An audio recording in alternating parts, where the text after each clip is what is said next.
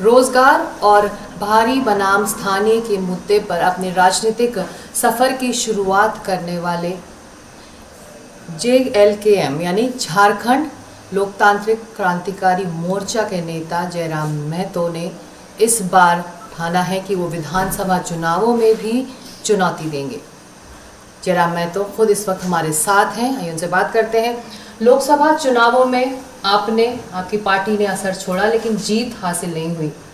ऐसे में ये विश्वास कहाँ से आया है कि विधानसभा चुनावों में इस बार आप कुछ करके दिखाएंगे? देखिए, लोकतांत्रिक देश में जनता सर्वोपरि होती है और ये विश्वास हमें जनता के माध्यम से आया है।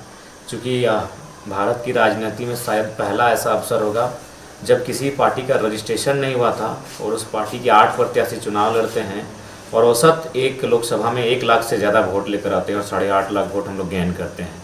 तो वही हम लोग के लिए हिम्मत है, हौसला है और विश्वास है। और उसी विश्वास को आधार मानते हुए 2024 का जो विधानसभा का चुनाव 20 दिनों में ख़त्म हो जाएगा झारखंड में, 23वें दिन रिजल्ट आ जाएगा, 23-24 दिन में हम लोग मजबूती के साथ लगभग मैदान में उतर चुके हैं। आप विश्वास से भरे हुए हैं, फिर 2 सीटों से चुनाव लड़ने का फैसला क्यों? देखिए, चूँकि ये सारी चीज़ें नई पार्टी है और इस पार्टी में जो सारा फोकस है वो मुझ पर ही आके टिकता है। तो मेरा मानना है कि मैं 2 सीटों पे लड़ूंगा तो दोनों सीटों के आसपास जितने भी क्षेत्र होंगे उनका प्रभाव ज़्यादा बढ़ेगा और इसी के मद्देनज़र मैंने 2 सीटों को चयन करने का काम किया है और आज मैंने दूसरी सीट बेरमो से भी अपना नामांकन पर्चा भरा है। अगर हम याद करें तो ऐसे और भी कई लोग आए राजनीति में या फिर ऐसी पार्टियां बनी जो पारंपरिक राजनीति से अलग हटकर चलना चाहती थी, लेकिन उन्होंने वही राह पकड़ी जो पारंपरिक राजनीतिक पार्टियां पकड़ती हैं। ऐसे में आपकी राजनीति कैसे अलग होने वाली है? आप जब मुख्य धारा राजनीति में आएंगे, चुनावी राजनीति में आएंगे, तो आप बाकी पारंपरिक पार्टियों की तरह तो बन जाएंगे। देखिए, सबसे पहली बात, हम लोग कुछ तो है चीज़ें जिनसे हम लोग लीक से हटकर चलेंगे, व्यवस्था से हटकर चलेंगे, परंपराओं से हटकर चलेंगे। उनमें से कई ऐसे विषय हैं जिस पर हमारी पार्टी ने चिंतन मंथन किया है। जैसे कि इस बार के ही चुनाव में बहुत सारे ऐसे कैंडिडेट्स आ रहे थे हमारे पास जो बीजेपी कांग्रेस से कट रहे थे या फिर किसी पॉलिटिशियन के बेटा बेटी आ रहे थे। तो हम लोगों ने स्पष्ट कह दिया है कि हम लोग नई पार्टी, नई सोच के साथ आए हैं। हमारी पार्टी में पिता के बाद पुत्र को स्थान नहीं मिलेगा। हम लोग नेपोटिज्म को नहीं दोहराएंगे। इन सब चीज़ों के कारण ही आज भारत देश काफ़ी पीछे चला गया है। राजा का बेटा ही लोकतांत्रिक देश में भी राजा बनता आया है, जिस कारण आम व्यक्ति हादसे पे चला जा रहा है। तो इसलिए ऐसा नहीं, हम लोग भी चाहते तो हम लोग लोकसभा में 9-10 सीटों में 50,000 से ज़्यादा वोट लाए हैं और 50,000 वोट विधानसभा में मायने होता है। जीत के लिए पर्याप्त होते हैं 50,000, 60,000, 70,000। तो अगर बड़े चेहरे हमारे साथ जुड़ जाते हैं, नेताजी का बेटा जुड़ जाते हैं, सांसद का बेटा ने ऑफर किया था, मंत्री जी के बेटे ने अप्रोच किया था और उन लोगों को अगर हम लोग अपनी टिकट से लड़ा देते हैं तो नो डाउट वहाँ पर हम लोग आसानी से जीत सकते थे। लेकिन हम लोगों ने चुनौती को पसंद किया, हार और जीत के बीच संघर्ष करना पसंद किया, लेकिन उनको टिकट नहीं दिया है। यानी हम लोग एक नया चीज़ तो ये लेकर आएंगे कि ब्लड रिलेशन में टिकट नहीं जाएगा। जो मेरे हिसाब से, अगर पर्सनली मेरा पॉइंट ऑफ व्यू देखा जाए तो मेरे हिसाब से हर एक राजनीतिक दल को ये करना चाहिए। नहीं तो फिर अगर विधायक जी का ही बेटा अगर विधायक बनेगा, सांसद जी का ही बेटा अगर सांसद बनेगा तो फिर प्रतिभाओं को अवसर नहीं मिलेगा राजनीति में आने पर। अगर प्रतिभाओं को राजनीति में आने का अवसर नहीं मिलेगा तो फिर आम व्यक्ति की बात कोई करेगा नहीं, आम व्यक्ति की चर्चा कोई सदन में नहीं करेगा, गाँव गरीब किसान की चर्चा कोई नहीं करेगा।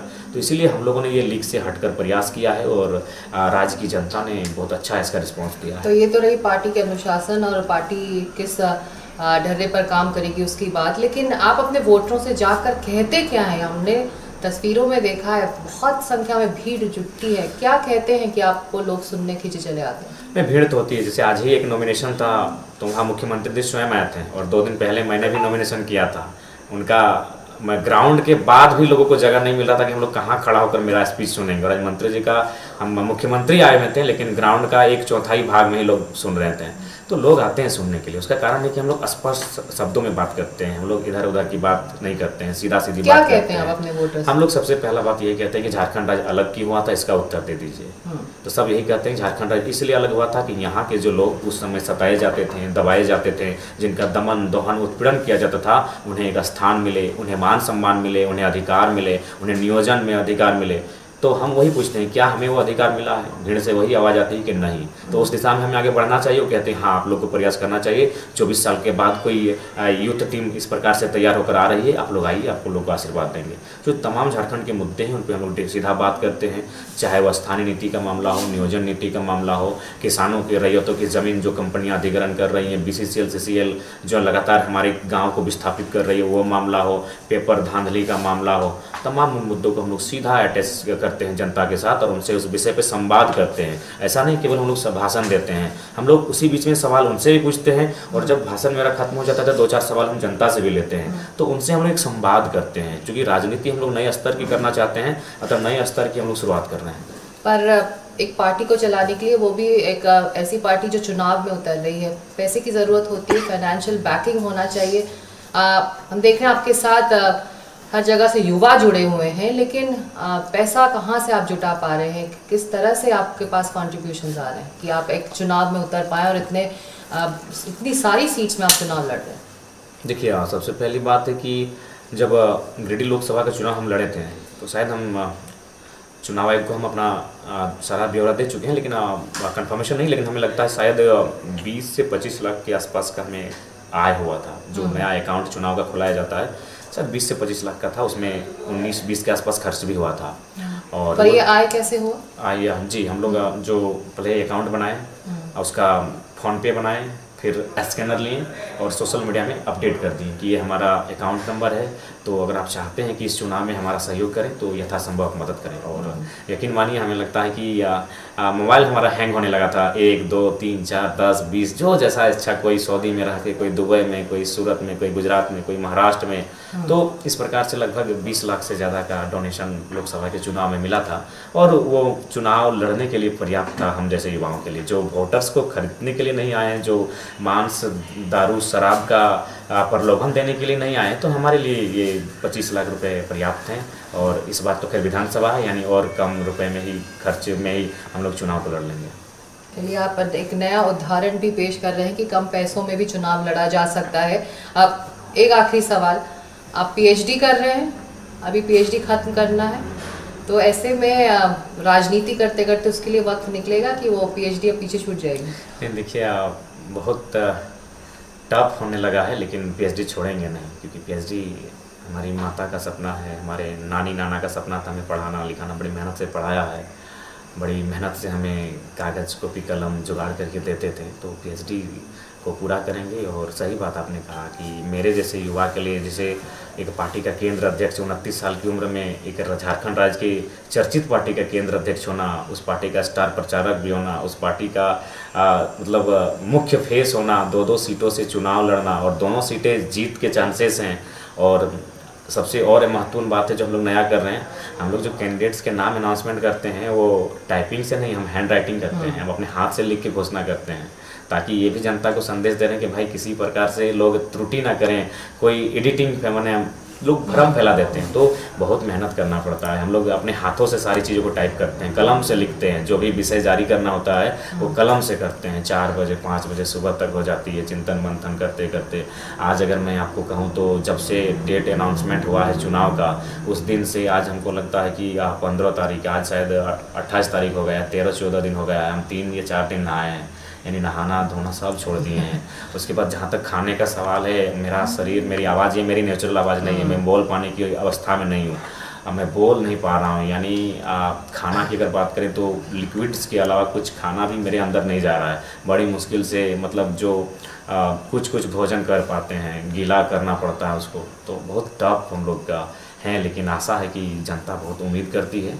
तो आप ये बताइए कि यही बनना चाहते थे कि बाय डिफ़ॉल्ट बन गए?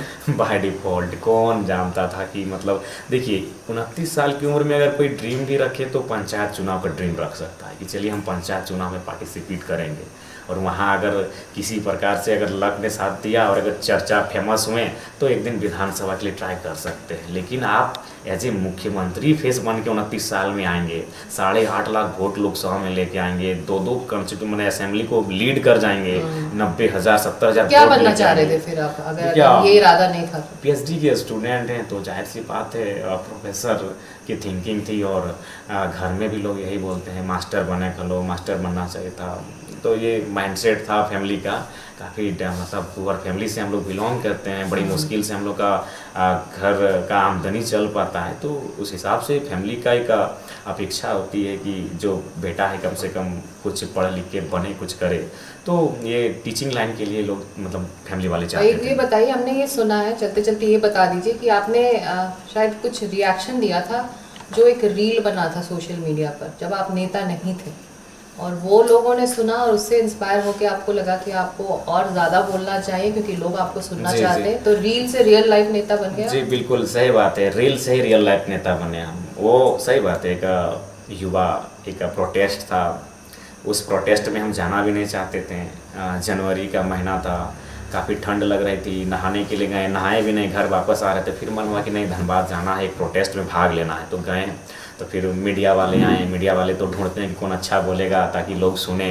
तो फिर हमने बहुत अच्छा तार्किक तरीक़ों से अपनी बातों को रखा। 19 से 20 मिनट का वो मेरा स्टेटमेंट था, इंटरव्यू था, और फिर वो मेरी वीडियो छोटे छोटे टुकड़ों में लोग पार्ट्स में इंस्टाग्राम स्टोरी में लगाने लगे, व्हाट्सअप के स्टेटस में रखने लगे। और सही बात है, एक रील्स से वायरल हुआ लड़का आज रियल लाइफ का बहुत बड़ा नेता लोगों ने बना दिया है। आज हम लोग चुनाव हारने के बाद भी प्रत्येक दिन कम से कम तो 10-5 समस्याओं का समाधान करते हैं, चाहे वो प्रखंड स्तरीय हो, जिला स्तरीय हो। हम लोग तो कुछ समस्या अंतर्राष्ट्रीय स्तर तक समाधान कर चुके हैं। एक मलेशिया या सिंगापुर का मामला है, जो वहाँ एक प्रवासी मजदूर का देहांत हुआ था। फिर हम लोगों ने मैंने प्रयास किया और उसके डेड बॉडी आने से पहले उस घर में मुआवजा आ गया था 12 लाख के आसपास। तो ये तो हुआ कि एक रील्स से उभरे हुए लड़के को लोगों ने रियल लाइफ का एक अच्छा नेता बनाया है। इसके लिए जनता का बहुत सपोर्ट रहा है। चलिए, और चुनाव ज़्यादा दूर नहीं है और देखना होगा कि झारखंड की जनता आपके लिए क्या फैसला सुनाती है। बहुत शुक्रिया जयराम महतो हमसे बात करने के लिए। जी आपका भी, आपकी पूरी टीम का बहुत बहुत धन्यवाद। धन्यवाद।